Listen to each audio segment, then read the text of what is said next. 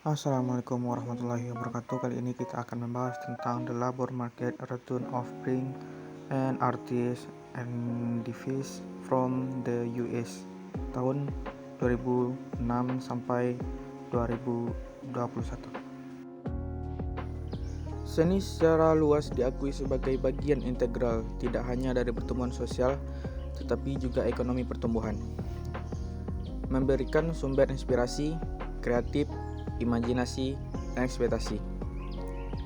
Sedikit sekali yang diketahui tentang kehidupan para seniman yang mengaktifkan dan menciptakan produksi artistik. Jika pasar tenaga kerja bagi para seniman tidak sehat, maka keluaran mereka pasti akan menderita, terutama karena masukan utama dalam produksi karya seni keluarannya adalah tenaga kerja.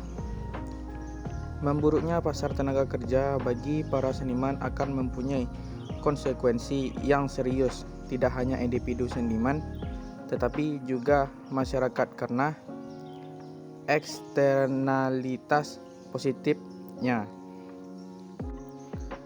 Laporan yang sering diperoleh dari media dan survei terhadap artis menunjukkan bahwa jumlah tersebut semakin meningkat menghadapi masa yang lebih mendatang di pasar tenaga kerja. Bahkan sebelum penutupan bioskop di era COVID-19, para seniman mengalami peningkatan biaya dan penurunan upah. Selain itu, peningkatan sumbangan amal ke institusi seni belum mengalir ke masing-masing seniman. Lembaga-lembaga ini sering menggunakan dana untuk memperluas bangunan atau memperbarui bangunan.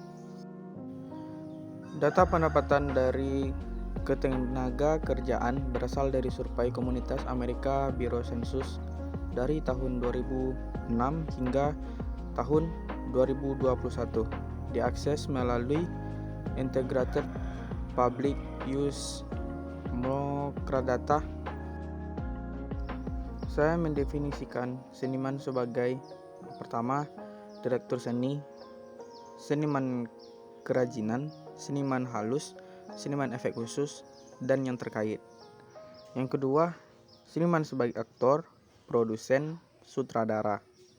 Yang ketiga, penari, koreografer, dan yang keempat, musisi, penyanyi, dan pihak terkait.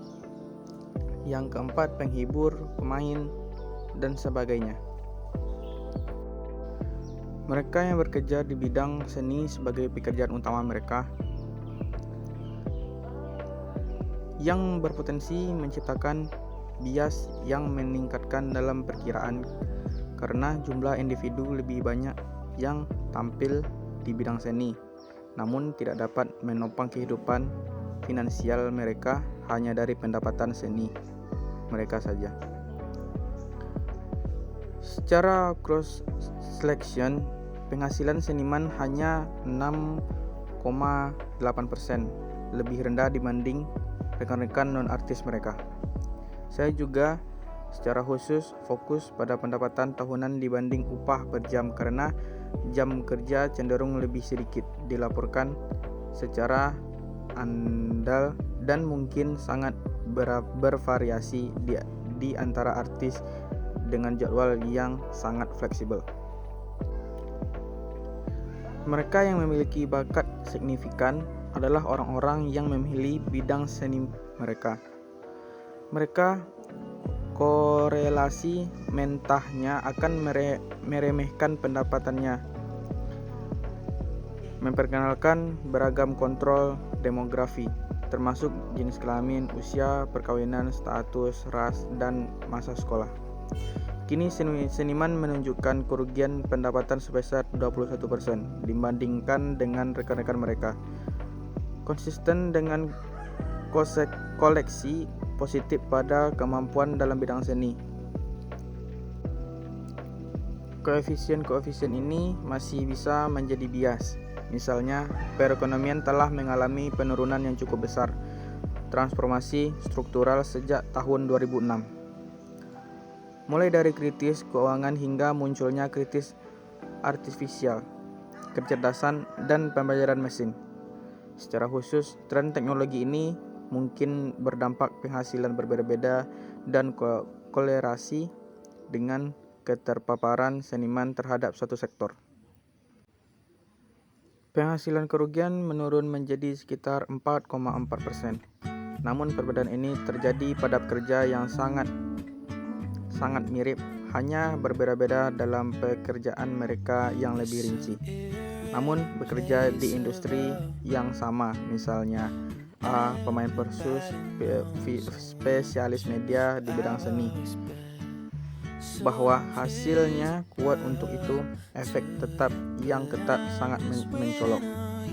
Dimasukkan efek tetap industri membawa dampak yang besar, koefisiennya turun drastis karena koefisien tersebut hanya mengisolasi perbedaan di antara pekerja dalam industri yang terbatas, karena seniman tidak tersebar secara merata di berbagai industri.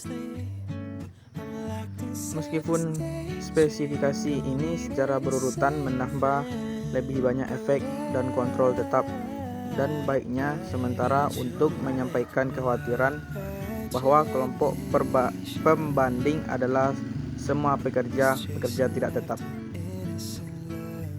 Menyadari bahwa perbandingan antara seniman dan non-seniman merupakan sebuah tantangan dengan bias variabel klasik yang dihasilkan. Estimasi persamaan satu secara berurutan menambah lapisan efek tetap pada pekerjaan dan industri.